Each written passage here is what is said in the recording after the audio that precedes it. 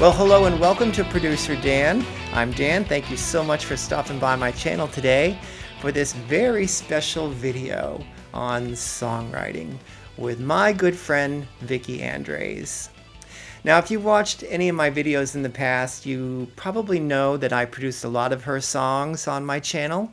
She's an excellent singer-songwriter, and the playlist will be connected in the end card at the end of this video if you care to watch those videos.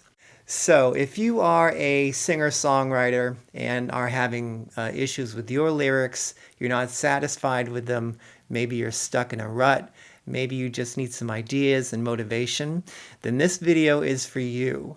So let's get on over to the conversation now and see what she has to say. All right, so here we are with my very, very good friend, Vicky Andres. She's up in Central Maine, and I've been wanting to get her on to discuss songwriting and lyric writing, and here she is. Thank you for joining me, Vicky Andres. Oh, thank you so much. Sure. This is excellent. You're an excellent songwriter, so both with Likewise. chords, melodies, lyrics, sentiment. It's all there, and it's not only all there, it's up here. It's like next level. Thank you so much. Cowboy Love was one of the songs that we did together, that I did the music for, and I love the lyrics to that song. Oh, thank you so much. I love what you did with it. You made it so cinematic. You know, the end result was beautiful. Well, I took all my cues from what you wrote. You know, you talk about the canyons and the big sky and... Well, it was extremely successful because it ended up feeling like a ghost town or, you know, a cowboy riding off into the sunset or something. So, yeah, you know, you were very successful in that. Thanks very much. Yeah, I really liked one of the lines you say. I think it's in the second verse. A tumbleweed rolling off to forever. Yeah. Yeah. A tumbleweed soul rolling off to forever. A tumbleweed soul rolling off to forever. Yeah. How did you come up with that? What were you thinking about?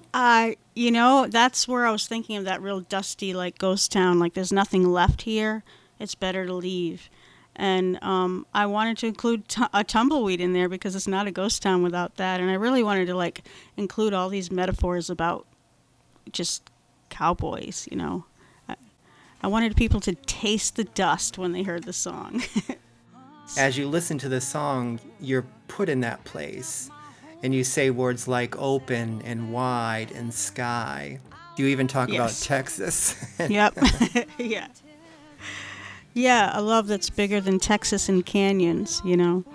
There's nothing bigger than Texas and canyons. I mean, you know, that's huge. So I was trying to think of the biggest thing possible. That's what made me make the decision to write about it as Cowboy Love, because I was trying to think of the biggest kind of hopeless romantic, bigger than anything else. And canyons are huge, and so is Texas. And when I thought about those two things together, I thought, okay, this is going to be a cowboy theme. So it really worked. The metaphors really work. And cowboys, you know, a lot of them do. They're desperados. They ride off. Exactly. And then when you mention, like we just talked about, the tumbleweed soul rolling off to forever, that is such a good kind of ending to the song. Yeah, thank you. Also, another song that you and I did together was Walking Contradiction. Yeah, that's a really fun song because that one really emphasizes things like rhythm and phrasing. Because of the contradiction part of the song, I really wanted the verses to be hard sounds and, you know, I'm shy, don't know why. It's a strain to meet your eye. I wanted that rhythm, really hard, short sentences. And then because it's a contradiction, I wanted the choruses to be long, like day and night, fight or flight. And so that it becomes a contradiction both in what it's saying and how it makes you feel. Like the second verse, what do you say? I'm brave on occasion. I could feign someone courageous. Gladly don a hero's cape if it means that I can save you. And it's easy to admit Mostly I'm chicken shit. What you see is what you get, depending on the day. Yeah. I love that verse so much. And it's like what you said, it's very rhythmic. Not only that, it gives you some nice visuals as well. Donning a hero's cape. That is so cool. Yeah. Well, everybody likes to be the hero, but in reality, there's the opposite side of just being like chicken shit, just scared, and shy and all those things. So it's really kind of cool to see those two sides. You have like 3 minutes or so to tell a story in a song, any song really. And that's a challenge in itself. But then, like, for me, the rhythm, the hard sounds and the rhythm is just as important as what the words are saying. So that song is a good example of that. That's what I would say. Yeah. I guess that brings us to, like, if you've written the music to a song first, let's say you've got a really good riff or a good beat or good feeling, that informs what your lyrics might be for that song. Was that the case here, or did you have the lyrics first?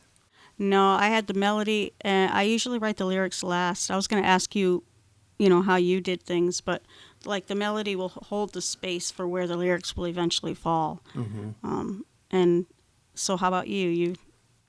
I love how it can be anything. I love how it can be your lyrics first and then you form music around it, or you form the lyrics around the music. I think sometimes if you just want to get an energetic point across, like Extraordinary Life, there's one part of that song that I'm particularly proud of as I was looking at it today. So how about a little fire, scarecrow? How about a little song that we both know? How about a little dance in the middle of the road? So it's kind of visual, and it's, I don't want to say pointless, but it's kind of gratuitous, a gratuitous visual. And I loved how the middle of the road did the same thing as something else in that song, in a different place. I'm trying to remember what it was. It had a similar sound to it, but it wasn't middle of the road. It was Let It Roll. Yes. Let It Roll. Yeah. Exactly. Such a great lead-in. Well, it goes back to what I noticed earlier. You said, we're going back to Cowboy Love.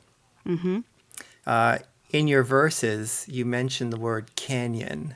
Yep. Right? In the very first verse, I believe it is. Yep. But then as we go into the second half of the song, you use the word candid in the same spot where you use canyon. And I love doing that, and I love that you did that. Thank you. I love doing that too. A lot of times I'll look back to my first verse and I'll see how the phrase fell. And I'll choose something similar so that it becomes familiar but still different. So the ear is picking up it as a familiar line. All of a sudden you're making friends with the song because it's familiar already. You want the person to kind of feel that familiarity the first time they listen to it. So that anytime you can do those things, I love. It's such a challenge, but really fun. Yeah. There was something else I wanted to say. I like unconventional rhyming when, like, you may have a word and then the next line, it might be 2 words that sound like that word, but it's not a real rhyme. I like doing that too, and I use a thesaurus a lot when I write songs, and they'll give you near rhymes. And sometimes, like what you said, near rhymes are more clever than close rhymes sometimes. Right.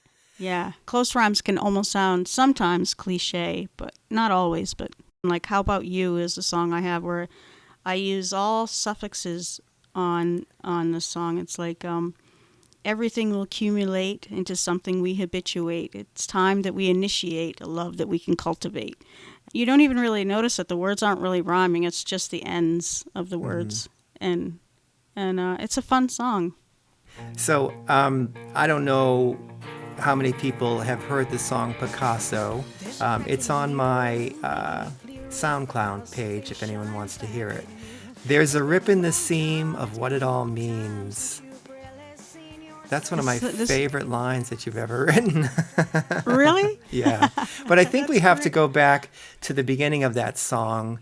There's a Yep. crack in the mirror, making it Yep. clearer. Picasso's face shines back at Shines you. back at you. Yeah. I think it's fun that you wrote, there's a crack in the mirror, but it made it clearer. You know? Exactly. Yeah. It's a complete juxtaposition or complete Oh opposite yeah. there. And it's also very relatable. You know, I think a lot of people can relate to that. Yeah. I find that true about your songs too. It's important to. I mean, people do want to relate. Do you find that you sometimes write things vague enough so that it can fit somebody else's situation when you're writing about like personal stuff? Yes, because sometimes I'm afraid to write personal stuff, or I hold back. I mean, and Yeah. because, I'm not sure I want to just open a vein and put it down on the paper, you know what I mean? Exactly. But it's nice to at least write a song that comes from that place without being Absolutely. too literal. And I think if I had a weakness, one of my weaknesses in songwriting would be that. I'm not always brave enough to do that. That's interesting because probably one of my weaknesses is that I do that too much to a point where people are probably like, whoa, get that girl some help. Yeah, I don't want people to say that about me. But I don't say but when I hear your lyrics, I don't think of that about you. I think, No. Your lyrics are very potent. Thank you very much. Yeah. How a song makes you feel is important. That's just part of it. And so you have Yeah. to talk about real feelings to do that. Yeah. Yeah, absolutely. And it gives people permission really they're all of a sudden they're not alone. They're like, oh my God, somebody else is feeling this way, you know. I had a woman come up to me at a show once and pull me off to the side and thank me for one of the songs, Back from the Edge, I believe it was. And she said it helped her through a hard time, and it touched me. It touched me deeply, and yeah. So today I was listening to the latest song that you gave me to produce, Crystal Clear, which the video will be done in a couple of weeks. We're just kind of ironing out a few things on that song, but it's awesome. I can't wait for it to come out. Same here. I want my words of love to be weighted, lavishly laden with all that I am. Wow. To fall from my lips so fearlessly stated, never to question connections that we made. Are you coming from a place there that you're wanting confidence? I think I'm saying I want to be the best that I can be in every moment. When I say something to somebody, I want the words to be sincere. I want eye contact. I want connection. I want to be a better person, more present, the best person that I could be. And that's what that song really is about. It's sort of a wish and a prayer, intention. I let regrets go two at a time today. I love that. And here's a nice example of I let regrets go two at a time today. You phrase that so well and so rhythmically. Oh, thank you. Thank you. I love that. I had a lot of fun with these lyrics. Yeah. These lyrics were written without paper. These lyrics were written all in the car, driving. Love that. I love that. Okay. I love the bridge in that. I plant the seeds and I happily watch them grow. I paint the wings on a bird as I let it go. I notice the breeze instead of the gray today, and all that it brings and everything that it carries away. So it's like paying attention to the good of the day instead of the bad, instead of the gray. One thing that bridge does is set you in a specific environment. I plant the seeds and I watch them grow. I paint the wings of a bird and I let it go. And then you talk about the gray sky, right? Well, I noticed the breeze instead of the gray today. So yeah, It's really good. Thank you so much. Yeah. When you played that song for me over the phone, I think a year ago, 2 years ago, you basically set the phone down and played the song with the guitar over the phone. And I have to say, I didn't get everything, but I got bits and pieces of the song. And I paint the wings of a bird and let it go. That's the line that stuck with me. It was like, wow, okay, I can't wait to hear the rest. Wonderful. Thank you so much. Yeah. I had a lot of fun writing that song. I was in a really, really good mood that day, and I was just driving, and the sun was out. It's a beautiful, beautiful day, and I'm just like, wow. I felt very grateful. Yeah. Yep. I wrote Horizon's line, as you know, the same way, without paper and pencil. Wow. Day after day on the beach, kind of coming up with a new line. Horizon's line has got some complicated, beautiful lyrics in it. I can't imagine writing that all in your head like that. I went to Ireland, and I was on a train, and the train was whizzing through Ireland, and I saw this little donkey in a field. And the donkey wasn't hooked to anything. It wasn't fenced in. It was in this rolling green field in Ireland, just very content. And I wondered what it would be like if you took him and picked him up and showed him the world, how vast it was, how endless, and would he want to venture?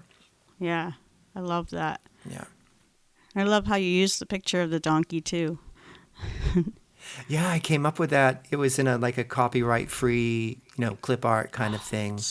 Great. So, and I tried many different pieces of art for that, like looking off onto the horizon. And I thought, well, that's not really what the song is about. It's about a little donkey. So, yeah.